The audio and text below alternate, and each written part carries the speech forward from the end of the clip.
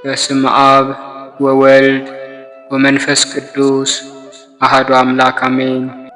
እንኳን ለሊቀ መላኩ ለቅዱስ ሩፋኤል ወርሃዊ መታሰቢያ በዓል እንደዚሁም በዚህች ዕለት ታስበው ለሚውሉ ቅዱሳን ዓመታዊና ወርሃዊ በዓላቸው በሰላምና በጤና አደረሳችሁ አደረሰን። ውድና የተከበራችሁ የቻናላችን ተከታታዮች ይህንን መንፈሳዊ የጸሎት መርሃ ግብር ለብዙዎች እንዲዳረስ ላይክ እና ሼር እንደዚሁም ኮሜንት እያደረጋችሁ ለቻናሉም አዲስ ከሆናችሁ ሰብስክራይብ በማድረግ እንድትከታተሉን ስንል በልዑል እግዚአብሔር ስም እናሳስባለን። ከዚህ በመቀጠል በወርሃ ሰኔ የሚጸለይ የታላቁ መልአክ የሊቀ መላእክት የቅዱስ ሩፋኤልን ድርሳን እንደዚሁም በዚህ ዕለት የሚነበብ የስንክሳር መጽሐፍን እንደሚከተለው እናሰማለን። ከጅማሬያችን እስከ ፍጻሜያችን ድረስ የልዑል እግዚአብሔር ምሕረትና ይቅርታ የቅዱስ ሩፋኤልም ምልጃና ጥበቃ የቅዱሳኑ ሁሉ በረከት ከሁላችን ጋር ይሁን፣ አሜን።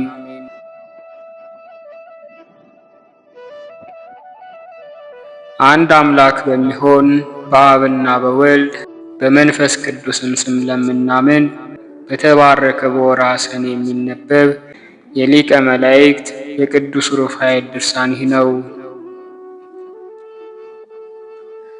በሰማያዊት የቃል ኪዳኑ መቅደስ አቃቤ ሆህት ሆኖ አምላኩን የሚያገለግል በአማላጅነቱም ማኅፀንን የሚፈታ የተቸገሩትንም የሚረዳ የሊቀ መላእክት የቅዱስ ሩፋኤል ጸሎቱና በረከቱ ከሁላችን ከሕዝበ ክርስቲያን ጋር ለዘላለሙ ጸንቶ ይኑር፣ አሜን።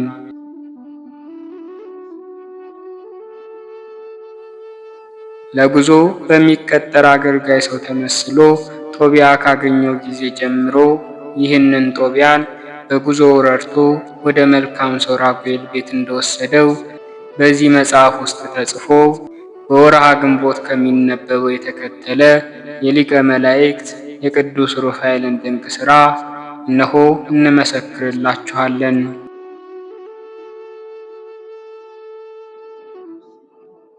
ደግ ሰው ራጉኤል በቤቱ የጦቢት ልጅ ጦቢያና አዛሪያ በተባለ መንገደኛ ሰው ተመስሎ የተገለጸ ቅዱስ ሩፋኤል ይበሉ ዘንድ በጉን አርዶ ባቀረበላቸው በዚያች ሰዓት በጦቢት ልጅ ጦቢያ ላይ ከሊቀ መላእክት ከቅዱስ ሩፋኤል አማላጅነት የተነሳ የማስተዋል መንፈስ አደረበት።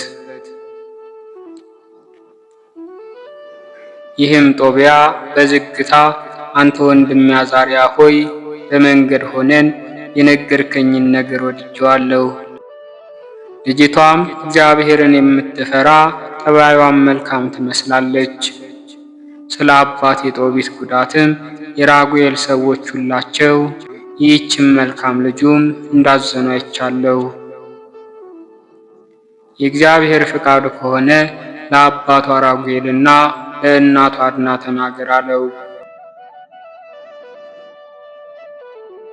ከማዕድም አስቀድሞ ይህ በመንገደኛ ተመስሎ የተገለጸና አዛሪያ የተባለ ቅዱስ ሩፋኤል ተነስቶ ለዚያ ለጦቢያ ሚስት እንድትሆነው ይሰጡት ዘንድ ለአባቷና እናቷ ስለዚች መልካም ልጃቸው ስለ ሳራ ተናገረ። የዚች መልከ መልካም ልጃቸው ሳራ አባት ራጉኤልም አንተ ከዚህ ወጣት ልጅ ጦቢያ ጋር የመጣ አዛሪያ ሆይ አንተ የተባረክህ ነህ። እንደ ቃልህም ይህች ልጄ ሳራን ለእርሱ ሰጠዋለሁ። ነገር ግን እውነቱን እገልጽልሃለሁ፣ ይህች የምትወዳት ልጄ ሳራ ቀድሞ 7 ወንዶች ወደ እርሷ በገቡ ጊዜ በሌሊት ሞተዋል አለው። አዛሪያን የተመሰለ ቅዱስ ሩፋኤልም ለደግ ሰው ጦቢት ቅንነት ብሎ የወደደውን ያደርግ ዘንድ ስለ እርሱ እግዚአብሔር ያውቃል። አንተ ግን ቃሌን ስለተቀበልከኝ እግዚአብሔር የትሕትናህን መባ የምትፈጽመውንም በጎ ምግባርህን ሁሉ ይቀበልህ አለው።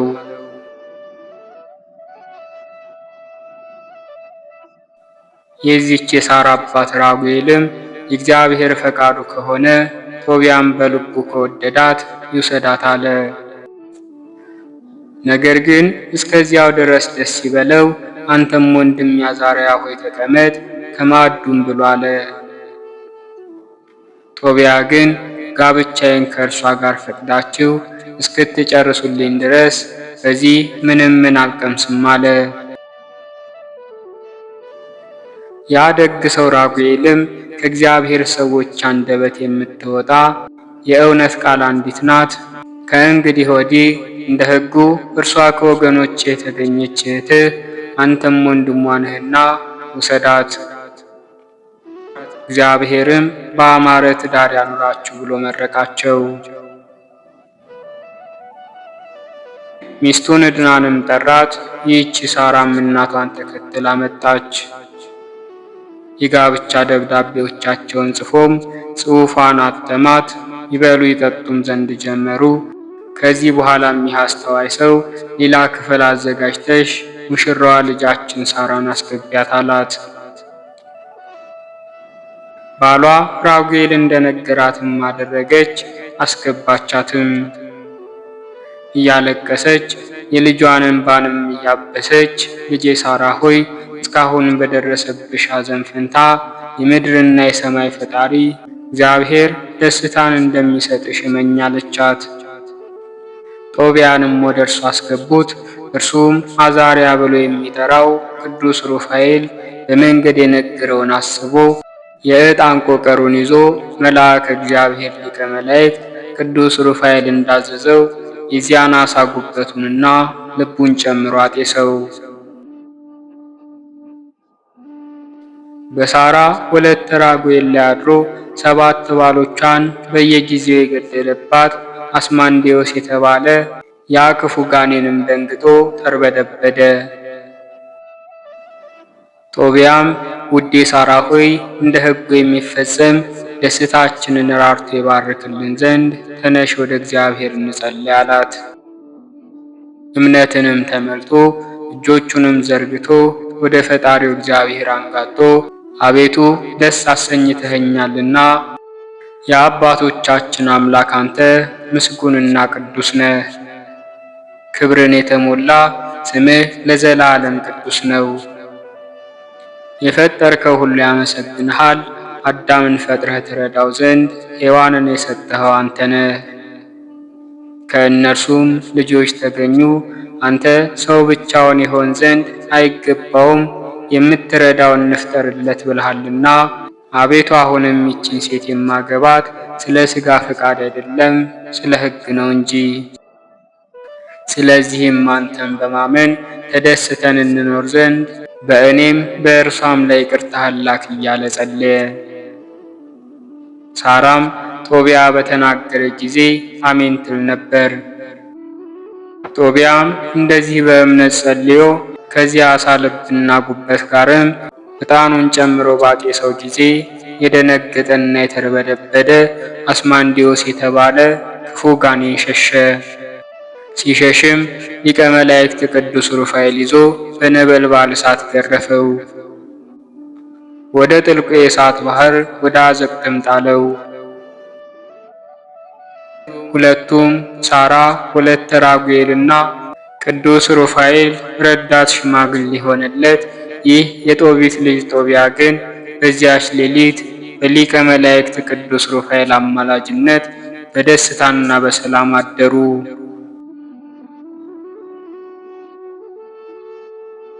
በማግስቱም ገና ሌሊት ሳለ ልቦናው ቅን የሆነ ራጉኤል ተነስቶ ምናልባት ይህም እንደሞቱት እንደ 7ቱ የልጄ ባሎች አይተርፍም ይሞትም ይሆናል ብሎ መቃብር ሊቆፍር ሄደ። መቃብሩንም ቆፍሮና አዘጋጅቶ ወደ ቤቱ ተመለሰ። ሚስቱን ዕድናንም የልጃችን ሳራ ባል ጦቢያ በሕይወት እንዳለ ካልሆነም ማንም ሳያውቅ እንቀብረው ዘንድ እስኪ የምትመለከተው አንዲት ልጅ ላኪ አላት። የተላከችውም ልጅ ሄደች። ደጁንም ከፍታ ሁለቱም ሙሽሮች ተኝተው አገኘቻቸው። ተመልሳም ደህንነታቸውን ተናገረች። የሳራ አባት ራጉኤልም ከሚስቱ ዕርና ጋር ሆኖ የልጁ ባል ጦቢያ በሕይወት ከመገኘቱ የተነሳ ደስ ተሰኘ። በተባረከች ቅድስት በረከት የጎበኘኸኝ አቤቱ አንተ ብሩክ ነህ። አገልጋዮች መላእክትም በዓለም ዙሪያ ያሉ የተመረጡ ቅዱሳን ሁሉ ጻድቃንም ያመሰግኑሃል። ያሰብኳት በደሌንም ይቅር በል። እንደተጠራጠርኩ እንደዚሁ አልተፈጸመምና በላያችን እንደረበበች እንደ ይቅርታ ብዛት ነው እንጂ። እነዚህ ብቸኞች ወጣቶችንም ራራላቸው፣ ሕይወታቸውንም በጤናና በሰላም በደስታም ይፈጽሙ ዘንድ ከይቅርታ ብዛት የተነሳ አቤቱ ቸርነትህን አደረግክላቸው። ከዚህም በኋላ ያንን መቃብር ይደፍኑ ዘንድ አገልጋዮቹን አዘዛቸው። እስከ 14 ቀናት ድረስም ታላቅ ግብዣ አደረገ። ከደስታው ብዛት የተነሳም የሰርጋቸው ተድላ ደስታ እስከሚፈጸምባቸው 14 ቀናት ወደ ሀገሩ እንዳይመለስ፣ ኋላ ግን የእርሱን ሀብት ግማሽን ይዞ ወደ አባቱ የተረፈውን እርሱንና ሚስቱ ከሞቱ በኋላ ሁሉን ይወርሱ ዘንድ ጦቢያን ቃል አስገባው። ያን ጊዜም ጦቢያ ቅዱስ ሩፋኤልን ጠርቶ አንተ ወንድም አዛርያ ሆይ ይህ የሰርጋችን በዓል ሳያልቅ እንዳልሄድ ራጉኤል ቃል አስገብቶኛልና እባክህ 2 ብላቴኖችን አስከትለህ በግመሎች በሜዶን አውራጃ በራጌ እስከሚኖር ገባኤል ዘንድ ብሮቹን ይዘህና ገባኤልንም ወደዚህ በዓል ጥራው። አባቴ ጦቢት የምንመለስበትን ቀን ይጠብቃልና እጅግ ከዘገየኸውም ይጨነቃልና አለው። ቅዱስ ሩፋኤልም የጦቢያን ነገር ሰምቶ እንደ ባልደረባው ታዘዘው። ጦቢያ ግን የሚታዘዘው ይህ ቅዱስ ሩፋኤል ማን እንደሆነ ገና አላወቀም። ለእርሱ የመሰለው ስለ ደሞዝ የሚያገለግል መንገደኛ ሰው ብቻ ነበር። ስለዚህች የጦቢያ የዋህነትም ሊቀ መላእክት ቅዱስ ሩፋኤል ደስ ተሰኝቶበት አስቀድሞ ከጦቢት ለገባኤል ተጽፋ የተሰጠቻቸውን የታተመች ደብዳቤ ከጦቢያ እጅ ተቀብሎ በሜዶን አውራጃ ራጊስ ወደሚኖረው ወደ ገባኤል ዘንድ ሄደ። በማግስቱም ብሩን አመጣለት። ጦቢያም አዛርያ የተባለ ሊቀ መላእክት ቅዱስ ሩፋኤልን ከልብ አመሰገነው።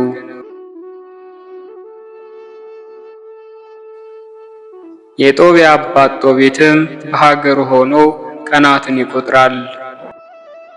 የቀጠራቸው ቀን ተፈጽሞ በሚመለሱበት ቀን ስላልደረሱ ልጄ ምናልባት አግብቶ ይሆን ወይንስ ገባኤል ሞቶ ብሩን የሚሰጠው አጥቶ ይሆን እያለ ስለ ልጁ ጦቢያ ብቻውን ይተክዝ ነበር። ሚስቱ ሐና ግን ልጄ ጦቢያ ሞቷል እያለች ትዘበዝበዋለች።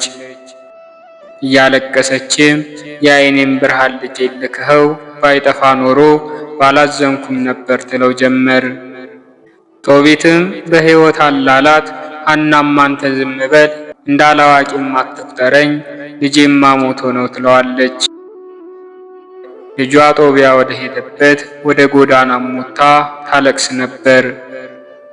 ስለ ልጇ ጦቢያም ስታለቅስ እህል ልትበላ ዝምም ልትል አልቻለችም። ተመልሶ ወደ ሀገሩ እንዳይሄድ ያስማለው የተድላ ደስታው 14ቱ ቀናት በተፈጸሙ ጊዜ ጦቢያ ደግ ሰው ራጉኤልን እንግዲህስ ካልያስገባኸኝ 14ቱ ቀናት ተፈጽሟልና ወደ አባትና እናቴ ዘንድ ሸኘኝ። አባቴና እናቴ ተስፋ ቆርጠው ከእንግዲህስ እንደሚያገኙኝ ተስፋ አያደርጉም። ራጉኤልም ከፍቅሩ ጽናት የተነሳ የምስራቹን ይነግሩት ዘንድ ወደ አባት ጦቢት ዘንድ እልክበታለሁ፣ አንተ ተቀመጥ አለው። ጦቢያ ግን አይሆንም፣ ወደ አባቴና እናቴ ሄድ ዘንድ ሸኘኝ እንጂ አለው። ራጉኤልም ተነስቶ ሳራንና የሀብቱን ግማሽ ሰጠው። ልጆቼ ሳራና ጦቢያ ሆይ የአባቶቻችን የአብርሃምና የይስሐቅ የያዕቆብን ቤት የባረከ የሰማይና የምድር ፈጣሪ እግዚአብሔር ሳልሞት የእናንተን ፍሬ ያይ ዘንድ ዘራችሁን ይባርክ። አንቺም ልጄ ሳራ ሆይ እንግዲህ ዘመዶችሽ ናቸውና ስለ አንቺ መልካም ነገር እንሰማ ዘንድ አማቾችሽን እንድታከብሪ አደራ ሲል መረቃቸው። የራጉኤል ሚስት ዕድናም አንተ የምወድህ ልጄ ጦቢያ ሆይ የምድር የሰማይ ፈጣሪ እግዚአብሔር ከልጄ ከሳራ ልጆችን ሰጥቶ አይቼ በእስራኤል አምላክ በእግዚአብሔር ፊት ደስ እሰኝ ዘንድ በኑሮ ሁሉ ይባርክህ። ልጄ ሳራንም እንዳታሳዝናት አደራ እልሃለሁ። ራጉኤልና ሚስቱ ዕድናም በአንድነት እነዚህን ሁለቱም ሙሽሮች ሳራንና ጦቢያን በሰላም ሸኟቸው። ይህ ሁሉ የሆነውም ከሊቀ መላእክት ከቅዱስ ሩፋኤል አማላጅነት የተነሳ በእግዚአብሔር ኃይል ነው። አጋንንትን የሚያጠፋ የሊቀ መላእክት የቅዱስ ሩፋኤል ጸሎቱና በረከቱ በየጊዜውና በየሰዓቱ ከኛ ጋር ይሁን ለዘላለሙ አሜን። ጸሎቱና በረከቱ ለዘላለሙ በላያችን ይስፈፍና ይቅርታን ከፈጣሪ ዘንድ የሚለምን የሰው ልጆች ቁስልን የሚፈውስ ማኅፀንንም በተአምራቱ የሚፈታ አቃቤ ሆህት ሆኖ አምላኩን የሚያገለግል ሊቀ መላእክት ቅዱስ ሩፋኤል ያደረገው ተአምር ይህ ነው። ከልዑል እግዚአብሔር ፈቃድ የተነሳ በውስጧ ተአምራት በሚደረግባት የሁላችን እግዚአብሔር ቤተሰቦችና የቅዱሳንም ሀገራቸው በሆነች በዚህች ቅድስት ሀገር ኢትዮጵያ ሊቀ መላእክት ቅዱስ ሩፋኤል ካደረጋቸው ተአምራት አንዱን ከቅድስት ሀገር ኢትዮጵያ ሊቃውንት አንዱ መልአከ ብርሃን ዓይኔ ስለ ቅዱሳን መላእክትና ስለ አለቆቻቸው ስለ ሊቃነ መላእክት ክብር በጻፋት መጽሐፍ ውስጥ ስለ ቅዱስ ሩፋኤል ገናናነት መሰከረ። ይህ የቅዱስ ያሬድ መንፈስን ተመልቶ ቅድስት ቤተ ክርስቲያንን ሲያገለግል የኖረና በቀናች ሃይማኖት ጸንቶ ያረፈ ሊቅ እንደዚህ አለ። በቅዱሳን የገድላቸው መጽሐፍ ውስጥ ስለ ቅዱስ ሩፋኤል ድንቅ ሥራ የተጻፈ አገኘው። መጽሐፉም እንደዚህ ይላል። በቅዱስ ላሊበላ ምድር በስተ ሰሜን ባለች ቡግና በታችኛው ክፍል ወግረ ሲሂን በተባለች አውራጃ ውስጥ ከአለት ድንጋይ የተፈለፈለ የዋሻ ቤተ ክርስቲያንን ያንጽ ዘንድ ንጉሡ ካህን ቅዱስ ይምርሃነ ክርስቶስ በጀመረ ጊዜ ሊቀ መላእክት ቅዱስ ሩፋኤል እግዚአብሔር ታዞ መጣ። ቅዱስ ይምርሃነ ክርስቶስም ለአምላኩ ለእግዚአብሔር ቤት ትሆን ዘንድ ካሰባት ከቅድስት ስፍራም እርኩሳን አጋንንትን አሳደዳቸው። እግዚአብሔርም ቅዱስ ይምርሃነ ክርስቶስን ወዳጄ ሆይ ለስሜ ቤትን ትሰራ ዘንድ መርጬሃለሁ። በሥራ ሁሉ እኔ ከአንተ ጋር ነኝ። ትእዛዜን የሚፈጽም አቃቤ ሆህት ሆኖ ያገለግለኝ ዘንድ የሾምኩት ሩፋኤልን ሰጥቼሃለሁ። በሥራ ሁሉ በጥበቡም ሁሉ አስተዋይ ያደርግሃል፣ ከክፉም ሁሉ ይጠብቅሃል።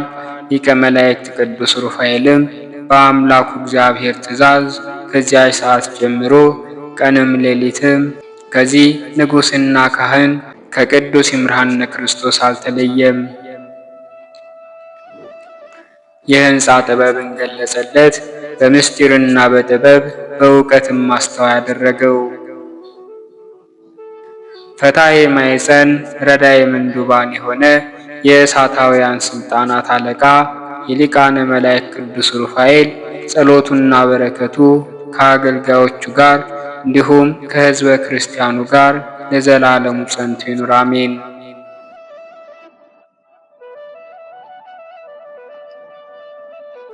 በወርሃ ሰኔ በ13ኛው ዕለት የሚነበብ የስንክሳር መጽሐፍ። አንድ አምላክ በሚሆን በአብ በወልድ በመንፈስ ቅዱስ ስም ሰኔ 13 በዚች ቀን የኢየሩሳሌም ኤጲስቆጶስ አባ ዮሐንስ አረፈ።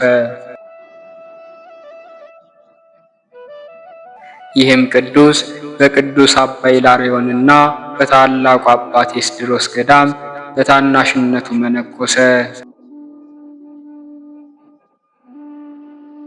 ከአባ ኤጲፋንዮስ ጋርም በገድል በመጠመድ ታላቅ ተጋድሎ ተጋደለ። የደግነቱ የተጋድሎና የትሩፋቱ ዜናም በቦታው ሁሉ ተሰማ። ከዚህም በኋላ ኤጲፋንዮስ በቆጵሮስ አገር ኤጲስቆጶስነት ከተሾመ በኋላ እርሱን መርጠው በኢየሩሳሌም ኤጲስቆጶስነት ሾሙት። ይህ አባት በሹመት በነበረ ጊዜ ሰይጣን በገንዘብ ፍቅርና በዚህ ዓለም ክብር አሳተው ብዙ ገንዘብ ሰብስቦ ለማዕዱ የሚመገብበት የወርቅና የብር ሳህን አሰርቶ ነበርና ለድሆችና ለምስኪኖችም መራራትን ተወ። እርሱም ምንም የእንጀራ ቁራሽ አይሰጣቸውም ነበር። ቅዱስ ኤጲፋንዮስም በሰማ ጊዜ የቀድሞውን ተጋድሎንና የዓለም መናንነቱን ፍቅሩንም አስታውሶ በእጅጉ አዘነ። ከቀድሞ ጀምሮ በመንፈስ ወንድሙና ወዳጁ ነበርና። ስለዚህም ብፁዕ ኤጲፋንዮስ ከቆጵሮስ ተነስቶ ወደ ኢየሩሳሌም ወደ አባ ዮሐንስ መጣ። አባ ዮሐንስም በጥበብ ከስህተት ያድነው ዘንድም ክብር ይግባውና የጌታችን መቃብር ባለበት በቤተ መቅደስ ለመስገድ እንደመጣም መካኘ። በተገናኙም ጊዜ አባ ዮሐንስ አባ ኤጲፋንዮስን ወደ ቤቱ አስገብቶ ማዕድን አዘጋጀለት። በማዕድም ላይ ከብርና ከወርቅ የተሰሩ ሳህኖችን አኖረ። አባ ኤጲፋንዮስም በልቡ አዘነ። ለድሆችና ለምስኪኖችም ርኅራኄ እንደሌለው አየ። ከዚህም በኋላ ከእርሱ ዘንድ ወጥቶ በኢየሩሳሌም ካሉ ገዳማት በአንዱ አደረ። ምክንያትንም አዘጋጀ። ይህም እንደዚህ ነው። ወደ አባ ዮሐንስ እንደዚህ ብሎ መልእክተኞችን ላከ። ወንድሜ ሆይ ከቆጵሮስ አገር ሽማግሌዎችና የሕዝቡ መምህራን ወደ እኔ መጥተዋልና በእነርሱ ፊት ታከብረኝ ዘንድ ከወርቅና ከብር የተሰሩ የማዕድ ዕቃዎችን ይመገቡባቸው ዘንድ እንድትልክልኝ እሻለሁ። ዕቃዎቹንም ላከለት። ያን ጊዜም አባ ኤጲፋንዮስ ዕቃዎቹን ወስዶ ሸጣቸው። ዋጋቸውንም ለድሆችና ለምስኪኖች መጸወታቸው። ከዚህ በኋላ በተገናኙ ጊዜ አባ ዮሐንስ አባ ኤጲፋንዮስን የላኩልህን የማዕድ ዕቃዎችን መልስ አለው። እርሱም እሺ አለው። እንዲሁም ሁለተኛና ሶስተኛ ጊዜ ነገረው። አባ ኤጲፋንዮስም እሺ አለው። በአንዲት ዕለትም ክብር ይግባውና የጌታችን መቃብር ካለበት ከቤተ መቅደስ ሲወጣ አገኘው። ያን ጊዜ የሚያዘውና ገንዘቤን እስከምትሰጠኝ አልለቅህም አለው። አባ ኤጲፋንዮስም ክብር ይግባውና ወደ ጌታችን ጸለየ። በዚያን ጊዜም የአባ ዮሐንስ ዓይኖቹ ታወሩ። ያን ጊዜም ይቅር ብሎት ዓይኖቹን ይገልጥለት ዘንድ እያለቀሰ ወደ አባ ኤጲፋንዮስ ማለደ። እርሱም መጸጸቱን አይቶ አንዲቱን ዓይኑን ገለጠለት። እንደዚህም አለው፣ ነፍስህን ታስብ ዘንድ አንዲቱ ዓይንህ ዕውር እንደሆነች ትተውሃል። እርሱም ገሰጸው። እነሆ ጌታችን ኢየሱስ ክርስቶስ የቀድሞ ድካምህን ብርታትህንና ተጋድሎህን አስቦ ራርቶልሃል፣ ከስህተትህም አድኖሃል አለው። የማዕድ ዕቃዎችንም እኔ እንደሸጥኳቸውና ስለ አንተ ለድሆችና ለምስኪኖች እንደመጸወትኳቸው እወቅ። አንተ በገንዘብ ፍቅር መጠመድህንና የቀድሞውን መልካሙን ሥራህን መተውህን ብሰማ ነው እንጂ ከቆጵሮስ ወደ ኢየሩሳሌም አልመጣም ነበር። ከዚያችም ሰዓት ጀምሮ ቅዱስ ዮሐንስ ከእንቅልፉ እንደነቃ ሆነ። በርኅራኄም መንገድ ሄደ። ያለውንም ጥሪቱን ሁሉ ሰጠ፣ ምንም አላስቀረም። ልብሶቹንም ለተራቆቱ ሰጠ። በሞተ ጊዜ አንድ አላድ ከዚያም በታች ከእርሱ ዘንድ እስካልተገኘ ድረስ ሰጠ። ጌታችንም የመፈወስ ሀብትን ሰጠው። ብዙዎች ድንቆችንና ተአምራቶችን አደረገ። ከተቀደሰ ዘይት እየቀባ ፊታቸውንም አዳኝ በሆነ በመስቀል ምልክት እያማተበ ደዌ ያለባቸውን ሁሉ አዳናቸው። መልካም ተጋድሎንም ፈጽሞ ክብር ይግባውና ጌታችንን አገልግሎ በሰላም አረፈ። ለእግዚአብሔር ምስጋና ይሁን። እኛንም በጸሎቱ ይማረን፣ በረከቱም ከእኛ ጋር ትኑር ለዘላለሙ አሜን። ዳግመኛም በዚህች ዕለት ለከበረ መልአክ አዲስ የምስራች ነጋሪ ለሆነ የመላእክት አለቃ ገብርኤል በዓልን ያደርጉለት ዘንድ መምህራን በግብፅ አገር ለክርስቲያን ወገኖች ሥራ አሰሩላቸው።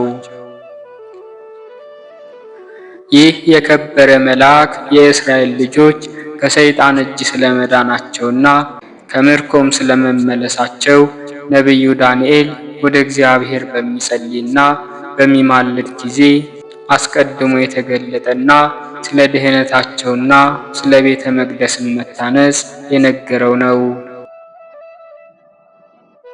ዳግመኛም ክብር ይግባውና ስለ ክርስቶስ መምጣትና መገደል፣ ስለ ቤተ መቅደስን መፍረስ፣ ከዚያም በኋላ ስለ ሐሳዊ መሲህ መምጣት ነገረው።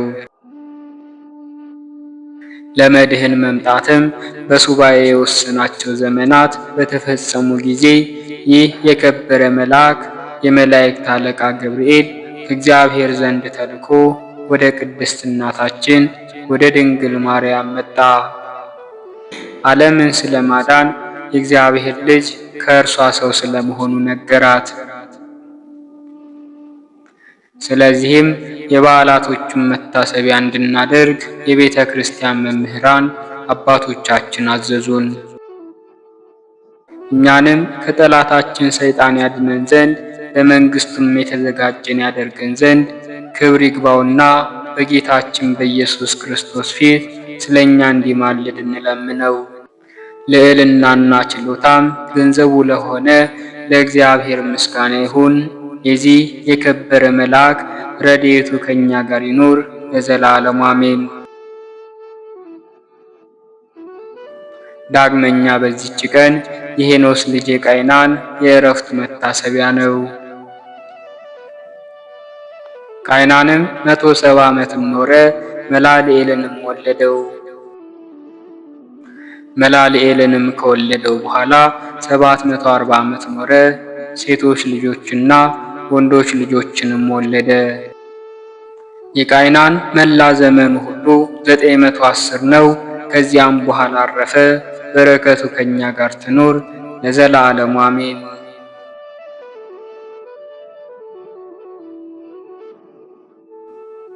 በዚህችም ቀን የሰማዕቱ አቡላግና የ200 ሰማዕታት መታሰቢያቸው ነው። ስለ እውነትም የተሰደደ የአባታችን የማትያንም መታሰቢያ ነው። እግዚአብሔር በጸሎታቸው ይማረን ለዘላለሙ አሜን። አነሳስቶ ላስጀመረን አስጀምሮም ላስፈጸመን ለአምላካችን ለቅዱስ እግዚአብሔር ክብርና ምስጋና ይሁን። የቅዱሳኑን በረከት ከሁላችን ጋር ይሁን አሜን። ወስብሐት ለእግዚአብሔር ወለወላዲቱ ድንግል ወለመስቀሉ ክቡር። ይቆየን።